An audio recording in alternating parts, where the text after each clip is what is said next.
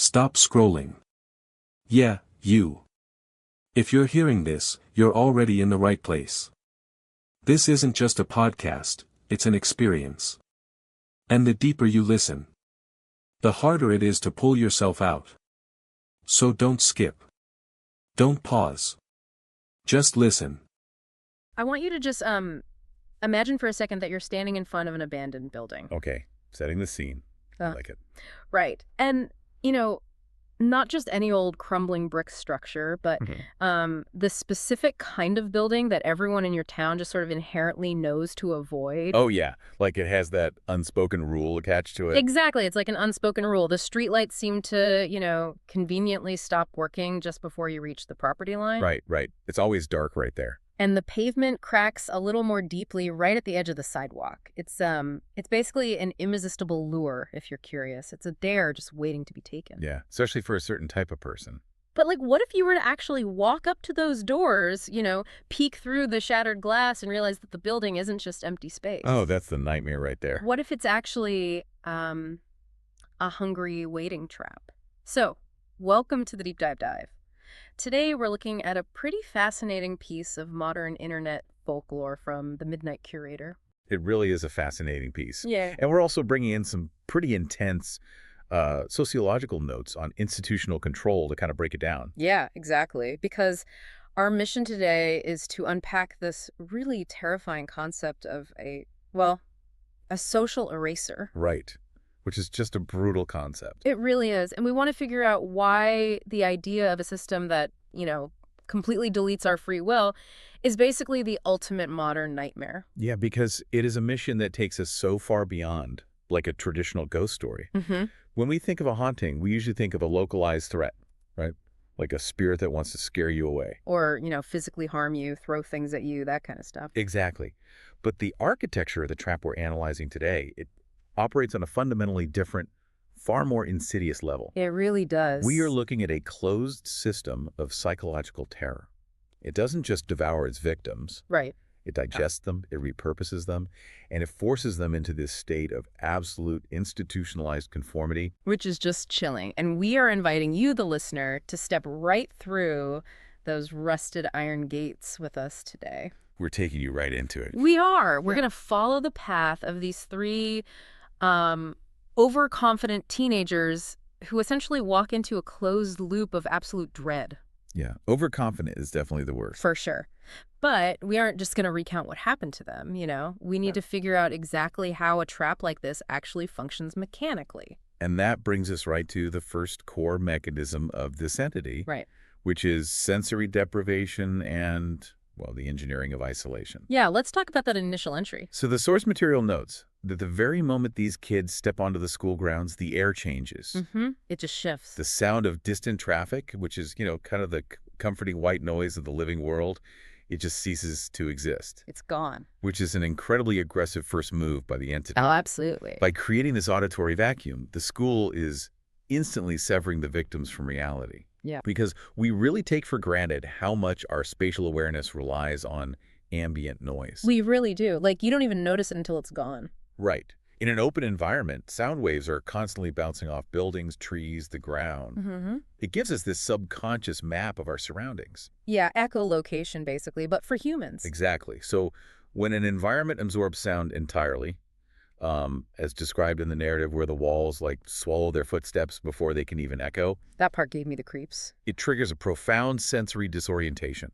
Wait, let's just linger on that for a second. Because the walls swallowing the sound, that sounds exactly like the descriptions of anechoic chambers. Oh, right. The completely silent rooms. Yeah. Those scientifically engineered rooms designed to just completely absorb all reflections of sound or electromagnetic waves. Mm-hmm. I've read that people who go into those rooms, they often start hallucinating or feeling intense panic within just a few minutes. Because the brain just can't handle it. Exactly. The human brain isn't wired to handle true silence.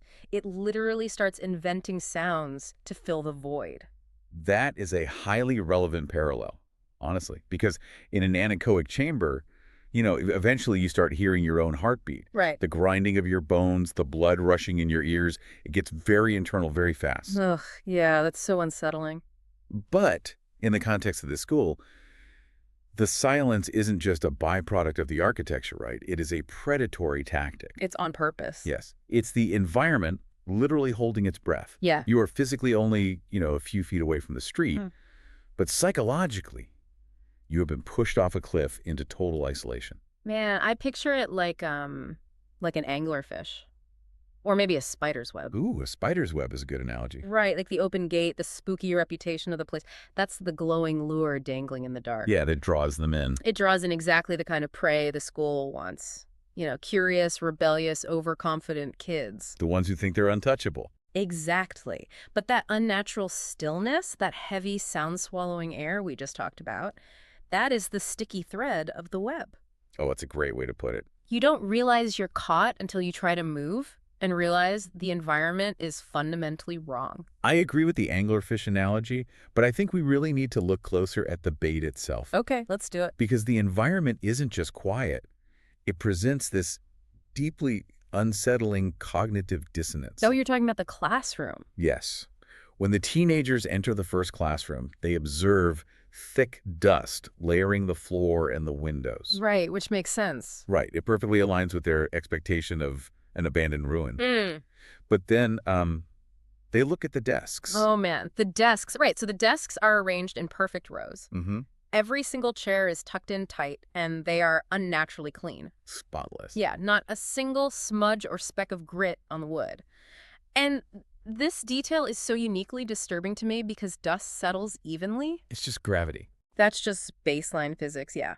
For the floors to be caked in dust, but the desks to be pristine implies something horrifying. It implies meticulous recent use. Right, like someone just wiped them down. Because an abandoned space is chaotic by nature. It has been surrendered to nature, to time, to entropy. Yeah, things fall apart. Exactly. So a perfectly clean desk in a dusty room is a violent assertion of order. Oh, wow. A violent assertion of order. That's good. It implies authority. Oh. It tells the intruder that someone or something expects those desks to be occupied. Mm-hmm. It establishes an anticipation of an event that the victims are now, inadvertently a part of. And then we get to the chalk message. Yes. The chalkboard. These faint, ghostly chalk marks against the cracked slate of the blackboard reading, "Don't answer when your name is called." Such a creepy detail. Right. Now, my immediate instinct when I was reading this was that it's a desperate warning. Okay, interesting.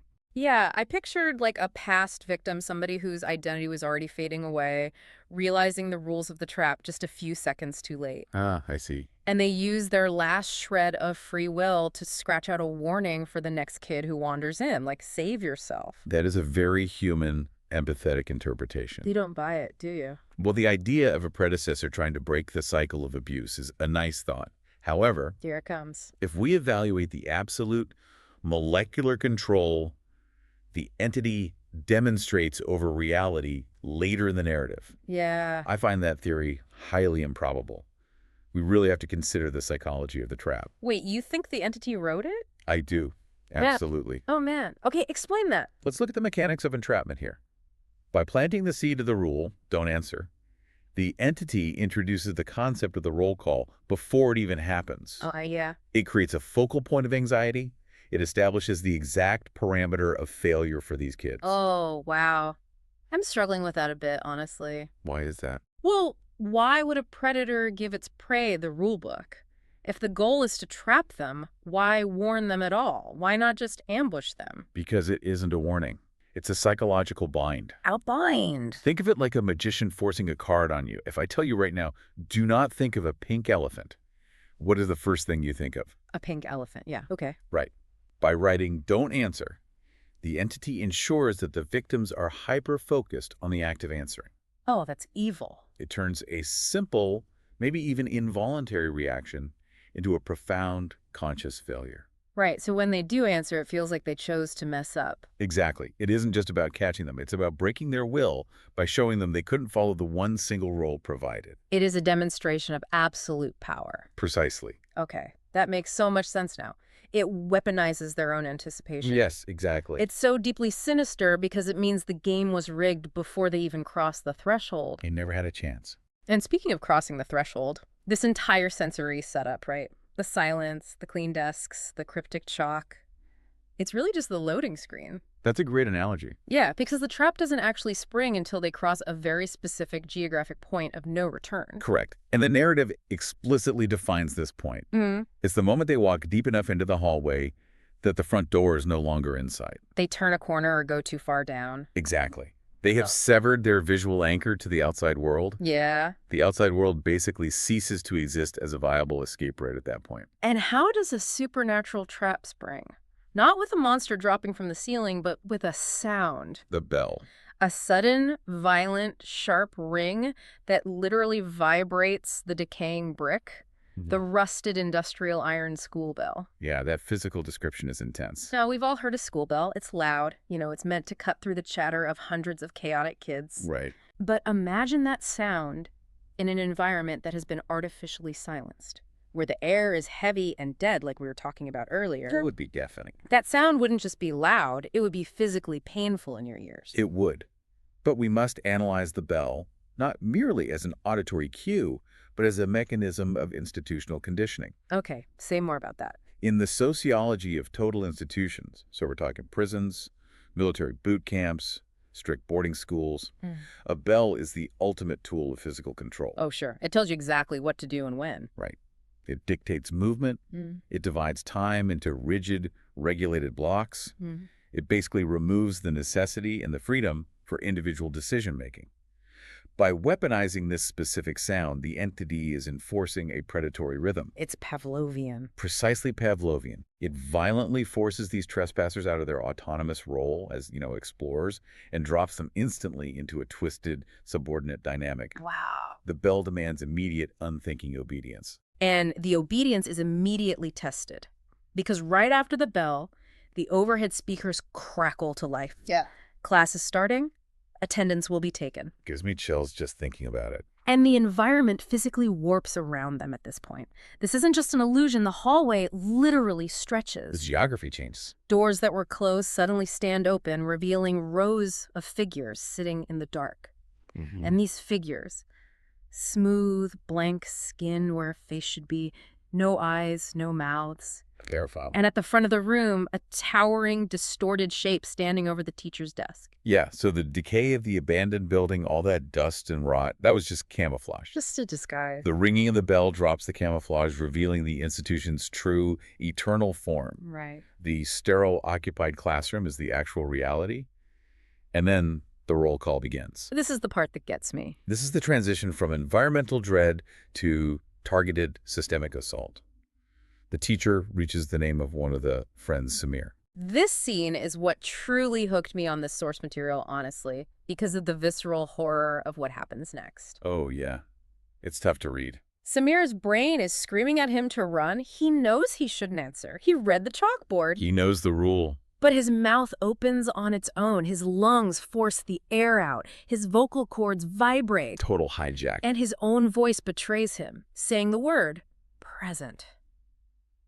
It is a complete and utter loss of bodily autonomy. The source material notes the light in his eyes just went flat the second the word was spoken, like a switch was flipped. It is a horrific violation because his mind is cognitively resisting. Right, he doesn't want to do it. But his physiology is hijacked by the environment. Yeah. The entity doesn't physically restrain him with tentacles or lock the doors with a key. It doesn't have to. No, it binds him with a single word. Yeah. It binds him through his forced participation in the system's ritual. Okay, let's pause there for a second, because I'm genuinely struggling with the logic of this mechanism. All right, what's tripping you up?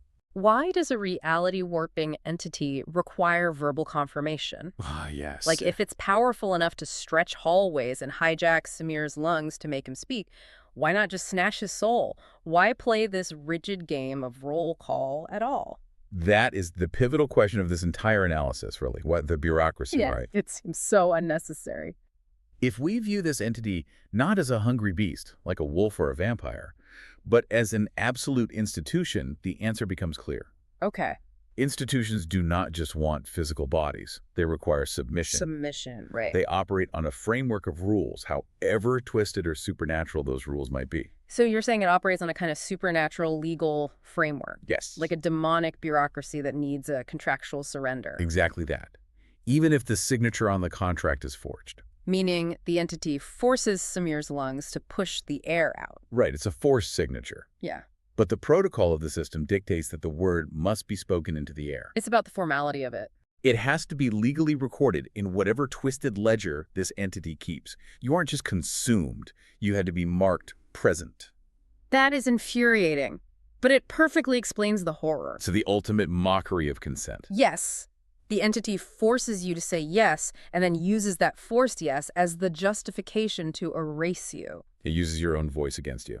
And the tragedy is that Samir's physical body is still standing there in the hallway, but the cognitive identity, the Samir that existed 3 seconds ago, has been fundamentally deleted by that single utterance. Which leads to a really desperate reaction from his friends. And naturally. They do the only thing humanly possible in that situation. They grab his shell. They just grab him and run. Right. They physically drag Samir's body out of the building, out of the iron gates, and back into town. They believe they have escaped. But escaping the physical architecture doesn't mean escaping the school. No, it doesn't. And this is where the narrative shifts, from a localized haunted house story into a systemic contagion. Yes, the spread. They bring Samir back to the safety of town, but he's described as moving like a puppet. His responses are short, hollow, entirely devoid of human inflection.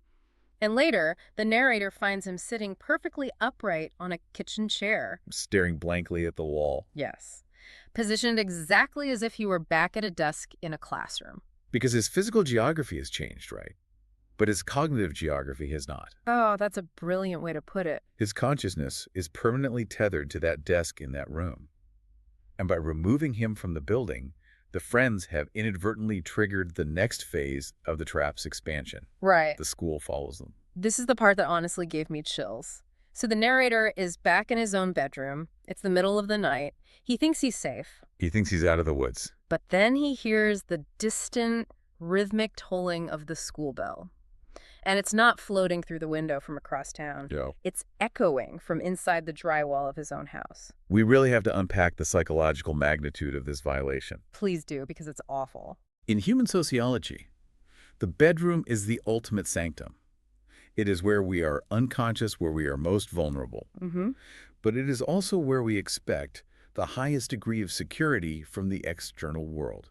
It's our safe zone. Exactly. For the bell to manifest inside the walls means the perimeter of reality has been entirely breached. The safe space no longer exists. I was thinking about this like a malicious computer virus, honestly. Okay, tell me more. Like, Samir wasn't just traumatized. His fundamental operating system was overwritten by the school's code.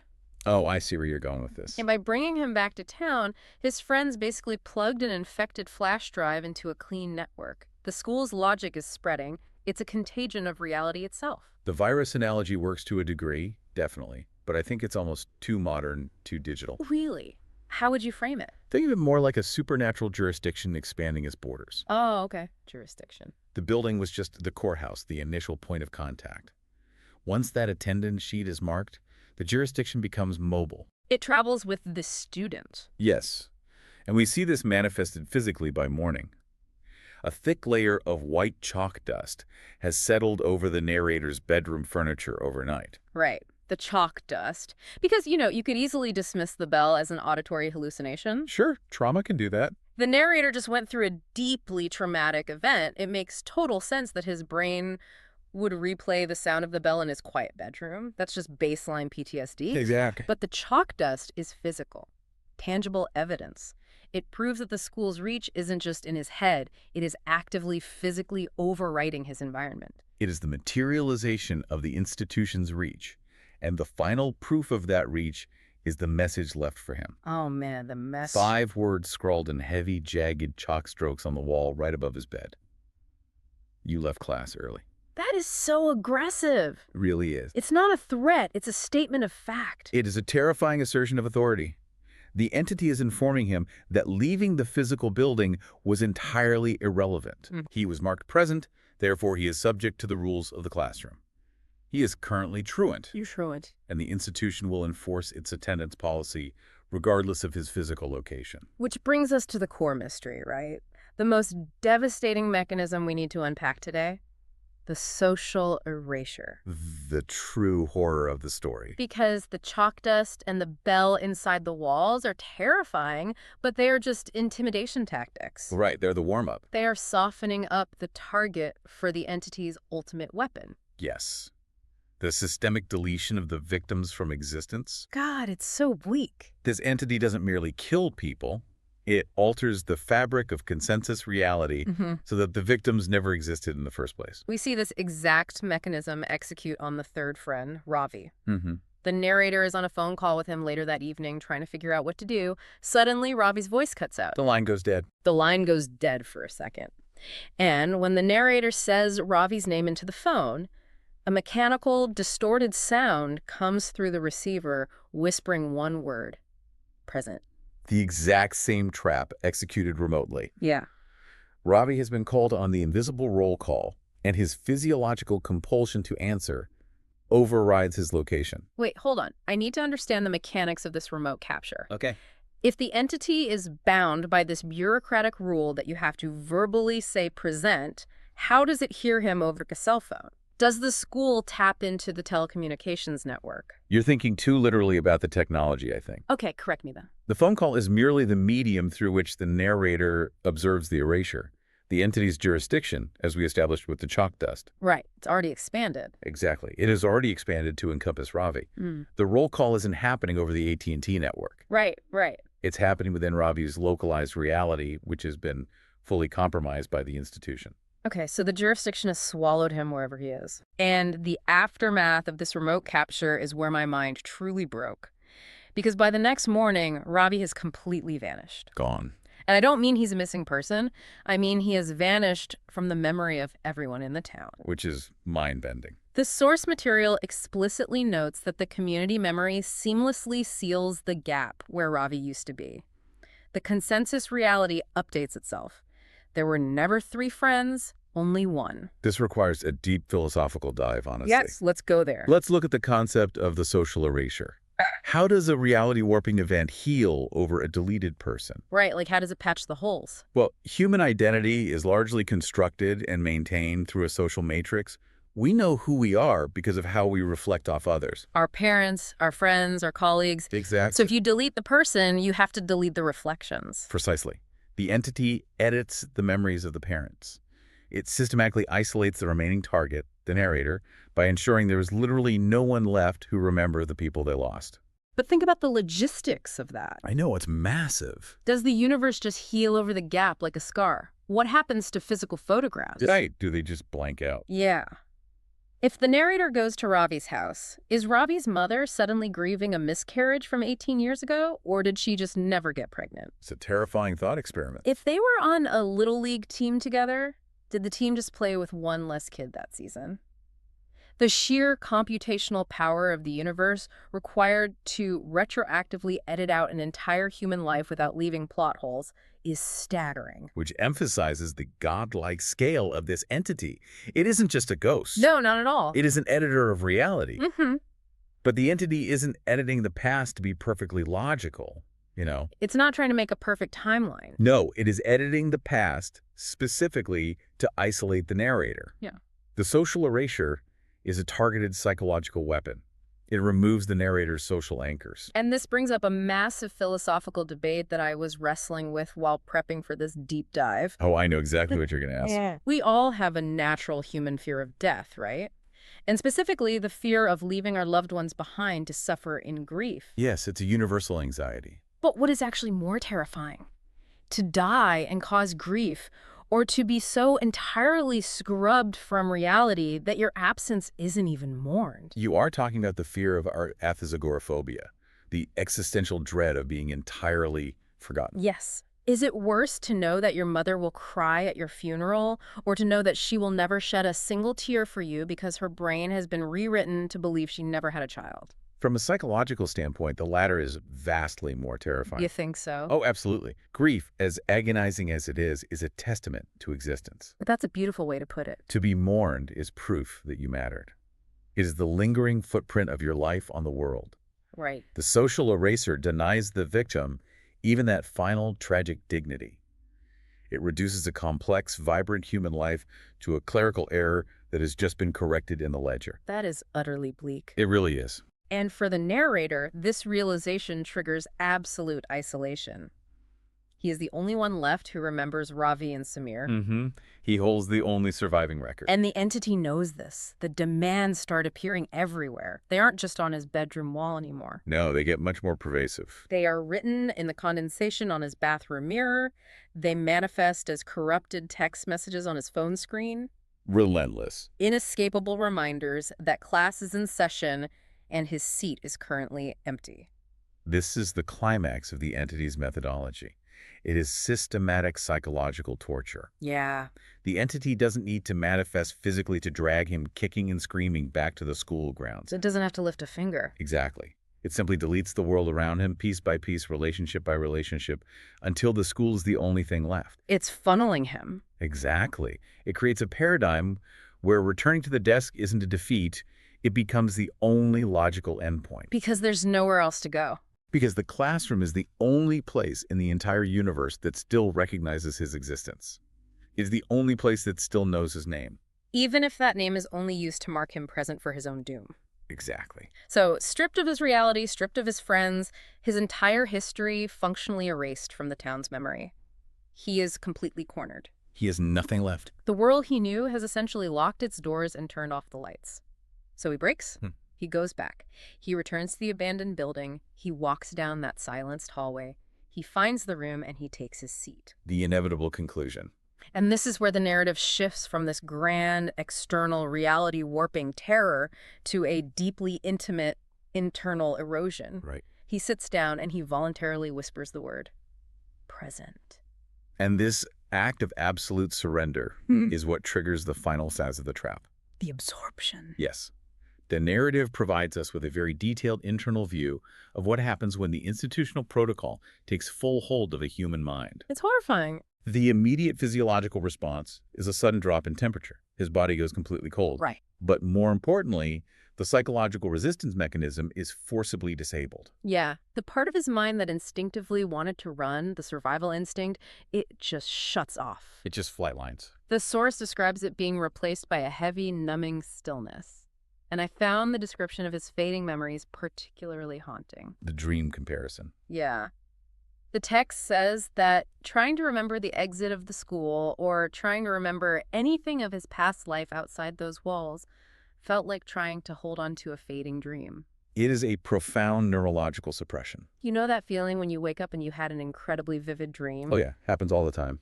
You sit up in bed, you try to explain it to your partner, but the harder you grasp at the specific details, the faster they dissolve into nothing. It's so frustrating. Right. Now imagine that happening to your actual waking life. Imagine trying to remember your mother's face and having it slip through your fingers like water. It's unthinkable. And that void isn't left empty either. No. It is instantly replaced by the overwhelming sensory reality of the desk, the floor, and the chalk dust. Right. The environment fills the gap. The environment imposes itself as the only available truth.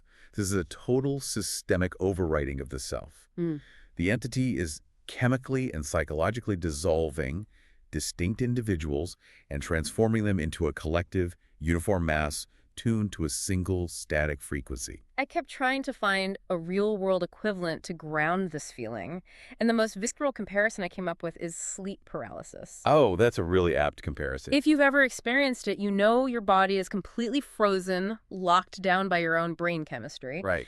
But your mind is usually racing, panicking, fully aware of the trap. You're trapped in your own body. But imagine sleep paralysis where it's not just your motor functions that are locked down. Imagine if your actual thoughts, your core memories, your personality quirks were being slowly smoothed out. Just erased. Chemically dissolved, while you are perfectly conscious to watch it happen. That is an excellent framework for understanding the horror the narrator observes in his friends, actually. Yeah, when he looks over at them. Once he is locked into his seat, he looks over and sees Samir and Ravi sitting nearby. They have permanent, empty smiles. Shudder. The narrative makes a crucial, terrifying distinction here. They are not dead. That's the worst part. They are still conscious, but they are paused. Their personalities are actively degrading into those smooth, blank surfaces they saw on the faceless figures when they first arrived. Wait, hold on. That completely reframes the beginning of the story. Exactly. So those faceless, smooth-skinned figures they saw on the very first day when the hallway warped, Yep. those weren't just spooky ghosts generated by the house to scare them. Those were the previous students. They were. Those were real people who had been sitting in those desks for years, decades maybe. They have had everything that made them human sanded away by this perpetual lesson until absolutely nothing was left but a blank canvas. Correct. The school acts as a supernatural mill. And the grinding wheel of this mill is the perpetual circle of the classroom routine. The routine itself is the weapon. The source describes the bell ringing again, but nobody standing up. The invisible eraser moves across the chalkboard, clearing the past to make room for the exact same repeated lesson. Wow. It is an eternity of static, unthinking obedience. And the true tragedy here, the reason this sits so heavily in my stomach, is that this loss of self, this agonizing fading away, isn't an ending. No, it's not. It's not death. Death would offer an escape. Death offers peace, or at least finality. This is simply the maintenance of a perpetual machine. These kids have been reduced to a fuel source for the building. They're keeping the lights on, so to speak, for the trap to continue operating. Which leads us directly into the architectural genius of the closed time loop. The cycle continues. The system has fully digested the narrator, his individuality is gone, but the institution remains hungry. It always needs new enrollment. Right, we reach the final sequence. The narrator is sitting at his desk, his identity actively dissolving, when he hears a sound cut through the silence. The heavy front doors of the school creaking open. Fresh bait. Through the thick dust of the hallway, he sees the bouncing beams of flashlights. 3 new people. 3 new kids, probably exactly like he was, seeking a thrill in a supposedly abandoned building. The lure has worked again. And at this moment, the narrator experiences a final desperate surge of humanity. He tries to fight it. He recognizes the cycle. He tries to scream. He tries to warn them, to yell at them, to turn around and run before the gate shuts and the auditory vacuum seals them in. But the system has absolute control of his vocal cords now. Absolute control. He opens his mouth to scream a warning to save their lives, but his autonomy is completely gone. The only sound his lungs are permitted to produce is the line demanded by the system. Yes. He speaks to the new arrivals, and what comes out is, "You're late." If we deconstruct the structure of this closed loop, it is a masterpiece of predatory evolution. Really is. The school is a self-sustaining ecosystem. It doesn't just consume its victims, it forces them to become the mechanism of consumption. Right. The narrator walked in as prey, but by being forced into the system and broken down, he's become the teeth of the trap. Oh man, the teeth of the trap. He is now the bait and the enforcer for the next generation of victims. It's the darkest irony imaginable. The guy who walked in as a confident trespasser, thinking he was untouchable. The guy who thought he knew better. The guy who dragged his friend out, trying to be the hero, is now the mouthpiece of the very institution that destroyed him. He is perpetuating the exact same trap that doomed him and his friends. He is actively participating in their impending erasure. And the spatial contrast the narrative paints at the end is really striking. How so? Outside, to the rest of the town, the school remains a rotting shell. Right, just an old building. It is ignored by the community, easily dismissed as an eyesore. But inside, in this distorted, overwritten dimension, it is a fully occupied, eternal classroom. Full of students. The facade of decay is perfectly maintained on the exterior to attract new victims, while the internal machinery operates flawlessly to process them. It's a perfect system. Time within these walls is a closed loop, ensuring attendance is always full and the lesson never ever ends. So we've broken down the sensory deprivation, the weaponization of the bell, the horrifying mechanics of the social erasure, and the ultimate loss of self. We covered a lot of ground. We did. And if we synthesize all of this, what does this narrative actually tell us? This isn't just a spooky story about an abandoned building with a ghost in it. No, not at all. It is a profound, terrifying exploration of absolute surrender. It's an allegory for any system that demands complete and utter conformity. And the price of admission to that system is your soul, your memory, and your voice. It speaks to a very primal, modern fear of institutionalization. Yeah, that loss of individuality. The fear that a massive system, whether it's an educational system, a bureaucracy, or society itself, does not value your individuality in the It slightest. just wants you to fit in. It only values your compliance. And if you fail to comply, or if you are simply caught in its gears, it possesses the systemic power to unmake you until you are entirely indistinguishable from the rest of the compliant masses. And the story leaves us with one final, incredibly chilling detail, a thought that I really want to leave you, the listener, with today. It's a great ending. The narrative notes that in a quiet corner of that building, in that eternal dusty classroom, there is a desk. And on that desk rests a single piece of pristine white chalk. Waiting. It is a space held open specifically for you. The trap is infinitely expandable. It is always waiting for the next name on the roll call. Once you take your seat and answer the call, you aren't just in the school. You are part of it. You become the school. Which brings me to a final thought for you to mull over as you go about your day. We might not be exploring abandoned supernatural schools with our flashlights anytime soon. Hopefully not. But what invisible attendance roles are we answering to in our own lives? That's the real question. What daily routines, what societal expectations, what subtle demands for conformity are we blindly saying present to that are slowly, quietly erasing who we really are? Wow. When the bell rings in your life, are you choosing to answer, or are you just letting the system speak for you?